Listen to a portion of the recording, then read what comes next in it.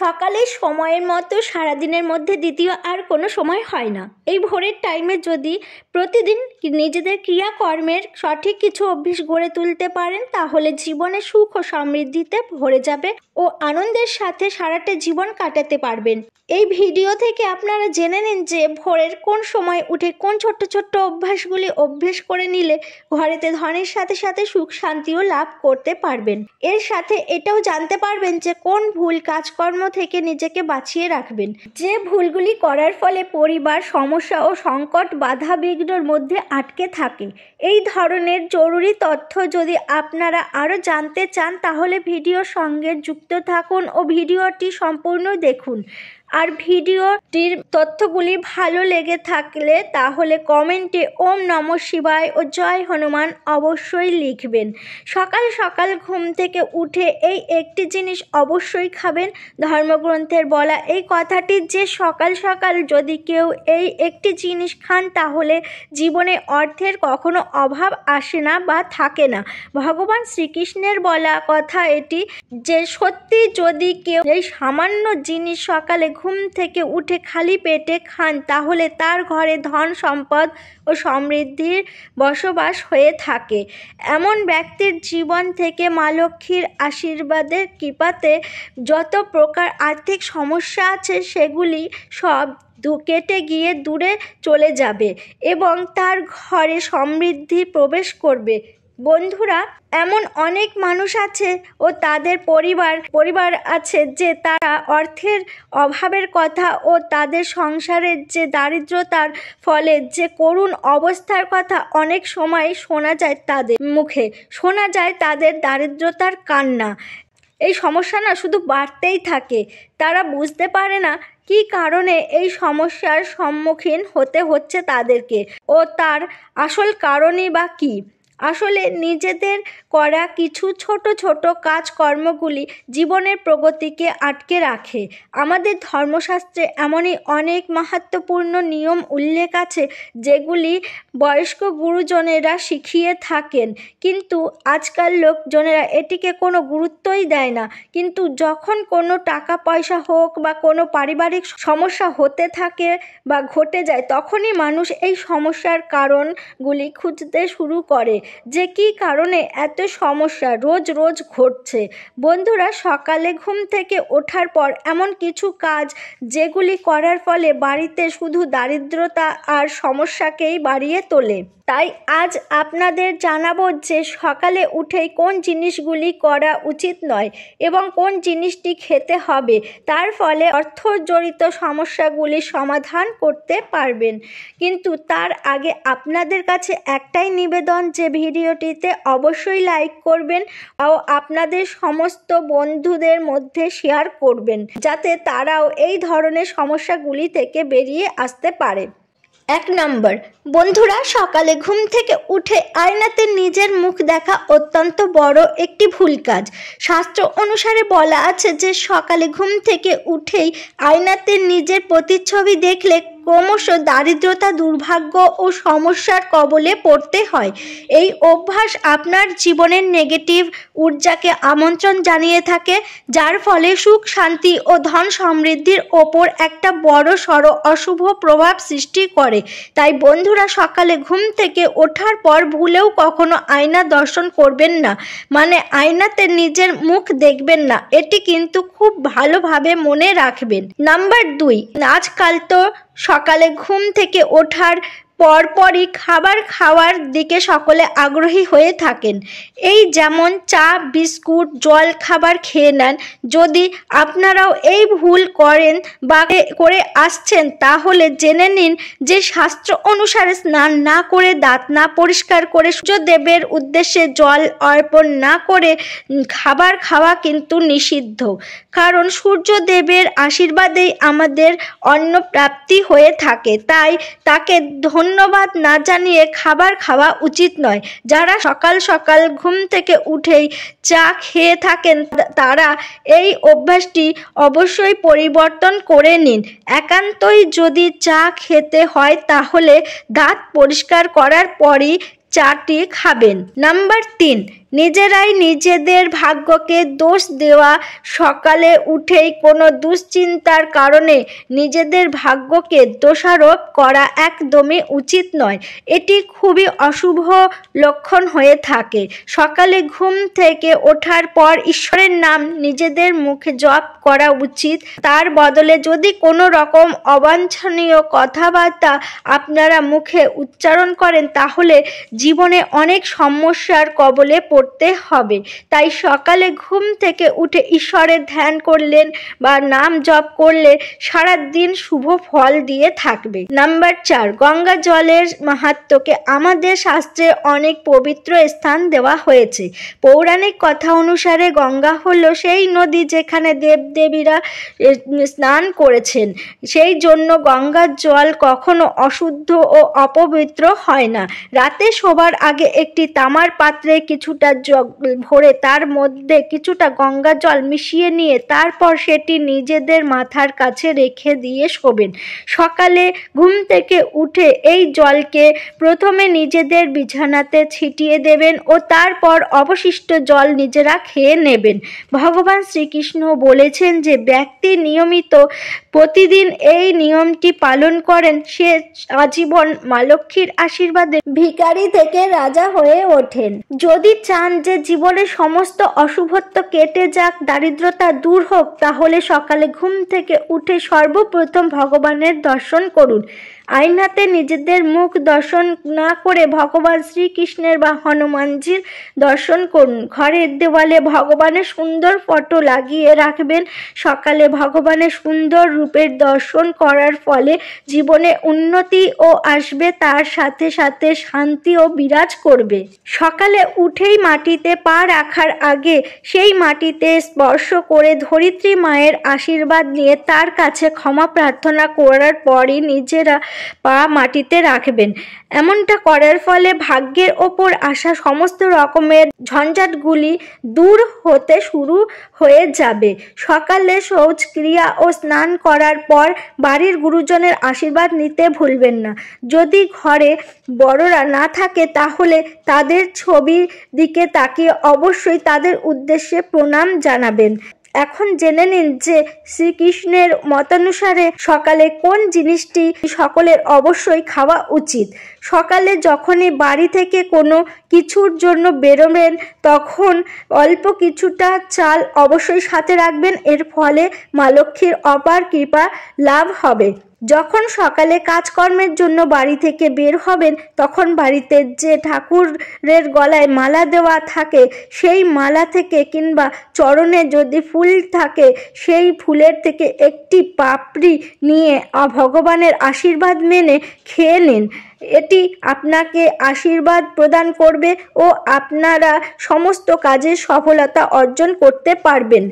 Number 3, ভগবান শ্রীকৃষ্ণ বলেছেন যে কোনো ভালো কাজের জন্য যাবেন যখন বা যাচ্ছেন তখন অবশ্যই মিষ্টি খেয়ে নেবেন।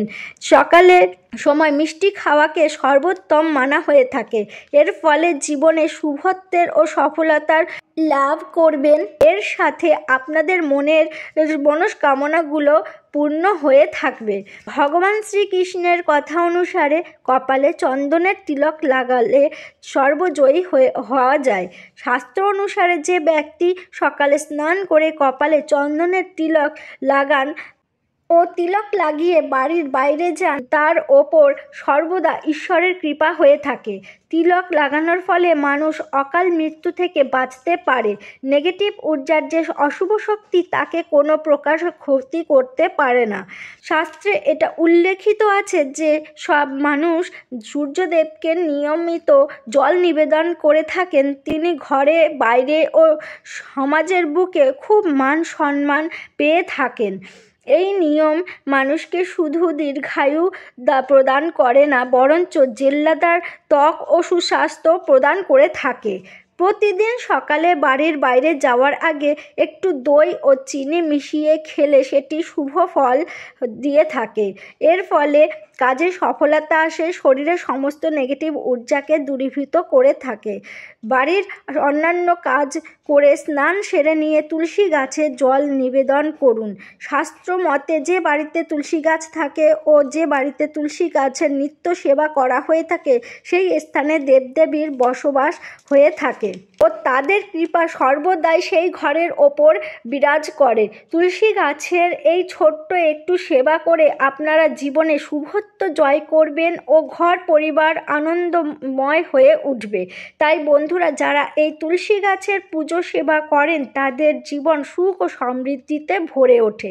প্রতিদিন ঠাকুর ঘরে ধূপ দীপ জ্বালিয়ে পুজো পাঠ অবশ্যই করা উচিত। এই ধূপ দীপ জ্বালানোর ফলে ঘরের যে পরিবেশ তার মধ্যে থাকা অশুভত্বকে নাশ করে দেয়। আর বাস্তু অনুসারে ঘরে প্রতিদিন প্রদীপ জ্বালালে বাস্তুদোষ কেটে যায়। ও এর সাথে আরও একটি কথা মনে রাখবেন যে সকালের সময় ঘরের পরিবেশ যেন শান্ত থাকে।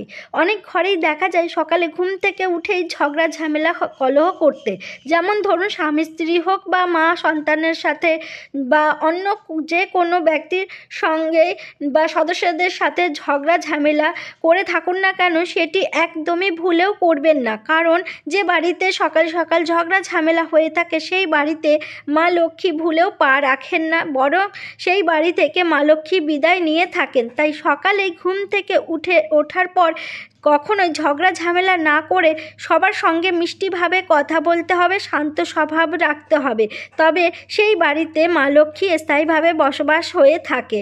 জ্যোতিষশাস্ত্র অনুসারে সকালে উঠে সর্বপ্রথম নিজেদের দুহাতের তালুর দিকে তাকিয়ে দর্শন করুন। হাতের তালুতে মা লক্ষ্মীর বাস হয়ে থাকে, আর এই নিয়ম করার ফলে মা লক্ষ্মী খুবই প্রসন্ন হয়ে আশীর্বাদ দিয়ে থাকেন।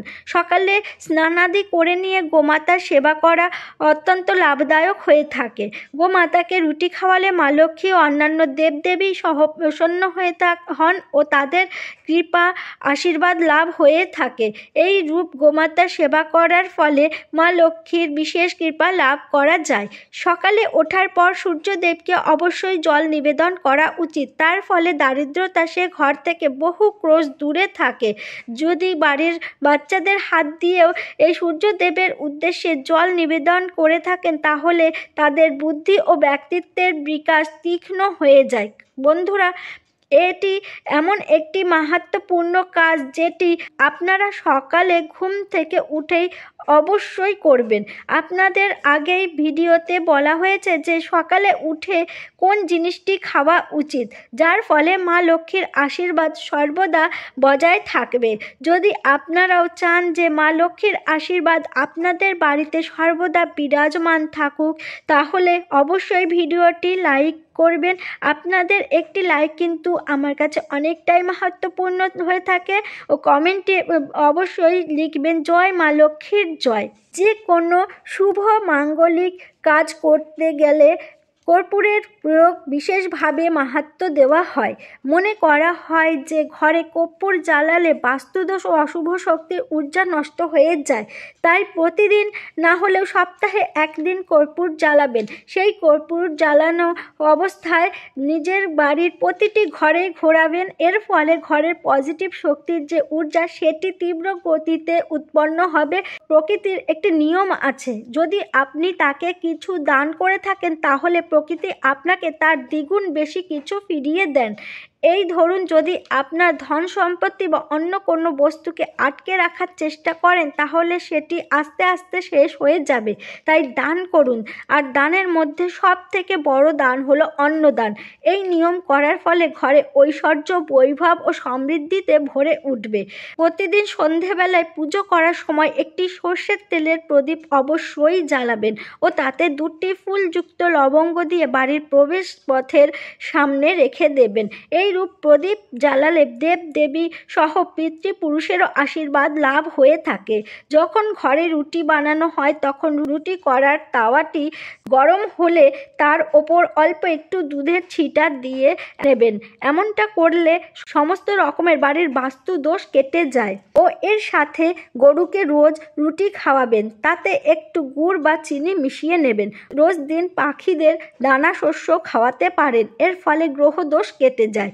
জীবনের নতুন দিশা উন্মুক্ত হয়ে যায়। শাস্ত্র অনুসারে সূর্যাস্ত যাওয়ার পরে ঘরের মধ্যে ঝাড়ু দেওয়াকে অশুভ মানা হয়। এই সময় ঘরে ঝাড়ু দিলে মা লক্ষ্মী ঘর থেকে স্থান পরিবর্তন করে থাকেন ও দারিদ্রতা সেই ঘরের মধ্যে এসে প্রবেশ করে থাকে। এছাড়াও খাবারের থালা সর্বদা আসন বা টেবিল বা কোনো একটু উঁচু স্থানে রাখা উচিত। খাবারের থালা কখনোই এক হাতে ধরা ঠিক নয়।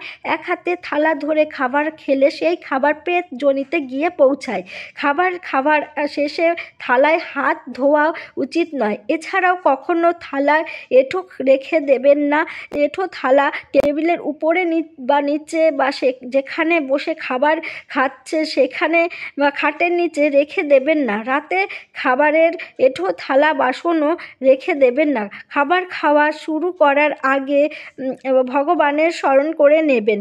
বন্ধুরা, এই জরুরি তথ্যগুলি যত পারবেন তত শেয়ার করবেন, যাতে সমস্ত পরিবার, বিশেষত মায়েরা ও বোনেরা এই ভিডিও থেকে লাভবান হতে পারে। পুজো পাঠ ও খাবার সম্বন্ধিত এই মাহাত্ম্যপূর্ণ তথ্যগুলি জেনে নিজেরাও পালন করতে পারেন। এর ফলে সুখ সমৃদ্ধি প্রতিটি পরিবারে স্থায়ী রূপে বিরাজমান হবে। খাবার খাওয়ার সময় নিজেদের মধ্যে কথা বলা, রাগারাগি করা থেকে বাঁচুন। যখন পরিবারের সদস্যদের সাথে একসাথে বসে খাবার খাবেন তখন শান্তিপূর্ণভাবে একসাথে বসে ভোজন করতে হবে। খাবার খাওয়ার সময় মুখের বিকৃত আওয়াজ যাতে না হয় সেটিও মনে রাখতে হবে। রাতের খাবারে ভাত, দই, ছাতু এই তিনটি জিনিস খাওয়া উচিত নয়, কারণ এটি করলে মা লক্ষ্মীর অপমান করা হয়। যে সমস্ত মানুষের জীবনে সমৃদ্ধি চান বা যিনি আর্থিক সমস্যা থেকে মুক্তি পেতে চান, তিনি রাতের খাবারে এই তিনটি খাবার খাওয়া থেকে দূরে থাকুন। খাবারকে সর্বদা পূর্ব দিকে মুখ করে বা উত্তর দিকে মুখ করে বসেই খাওয়া উচিত। যদি সম্ভব হয় তাহলে রান্নাঘরে বসে খাবার খেলে রাহুর দোষ কেটে যায়। বাড়িতে জুতো চপ্পল পরে কখনো খাবার খাওয়া উচিত নয়। খাবার খাওয়ার আগে ও খাবার খাওয়ার পরে হাত পা অবশ্যই ভালোভাবে ধুয়ে পরিষ্কার করে নিতে হবে।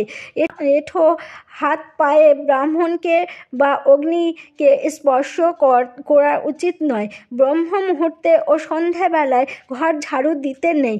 বাড়ির ঝাড়ুকে এমন জায়গাতে রাখবেন যেখানে অতিথি বা বাইরের লোকেদের নজর না পড়ে। ঝাড়ুকে খাটের নিচেও রাখবেন না ও ঘর বাড়ি সব সময় পরিষ্কার পরিচ্ছন্ন রাখতে চেষ্টা করবেন। বাড়ির ও ঘরের চারিদিক পরিষ্কার রাখবেন। বিশেষ করে উত্তর দিক ও বায়ুকোণ এই জায়গাগুলিকে অবশ্যই পরিষ্কার পরিচ্ছন্ন রাখবেন। বাথরুম ভিজে অবস্থায় রাখলে আর্থিক সমস্যাকে বাড়িয়ে তোলে। তাই বাথরুম ব্যবহার করার পরে অবশ্যই শুকনো কাপড় দিয়ে হোক বা ওয়াইপার দিয়ে হোক শুকনো করে রাখবেন।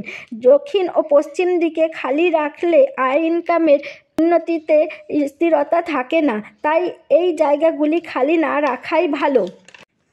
ঘরের দেওয়ালে ব্রাউন কালার, বেগুনি কালার করা অশুভ হয়ে থাকে। এমনকি বিছানার চাদরও এই কালারে রাখা ভালো না, তাই এই সব রং ব্যবহার না করাই ভালো। বাড়ির সিঁড়ি পূর্ব দিক থেকে পশ্চিম দিকে বা উত্তর দিক থেকে দক্ষিণ দিকে এইভাবে বানানো ভালো হয়ে থাকে। উত্তর পূর্ব দিকে সিঁড়ি বানানো অশুভ ফল দিয়ে থাকে। ঘরের দেওয়ালে ছাদে ফাটল দেখা দিলে বা থাকলে সেটি তৎক্ষণাৎ ঠিক করিয়ে নেবেন। ঘরের স্ত্রীদের সর্বদা সম্মান করা উচিত। দক্ষিণ দিকে পা করে ঘুমানো উচিত নয়। জামা কাপড় ছিঁড়ে গেলে সেটিকে না পরাই ভালো। টাকা পয়সা পার্স বা ওয়ালেট প্যান্টের পেছন পকেটে রাখতে নেই। কোনো প্রকার নেশা থেকে নিজেদের দূরে রাখবেন ও মিথ্যে কথা বলা থেকে দূরে থাকবেন, কারণ মিথ্যে বললে সেই পরিবারের ওপর মা লক্ষ্মী রুষ্ট হয়ে যান।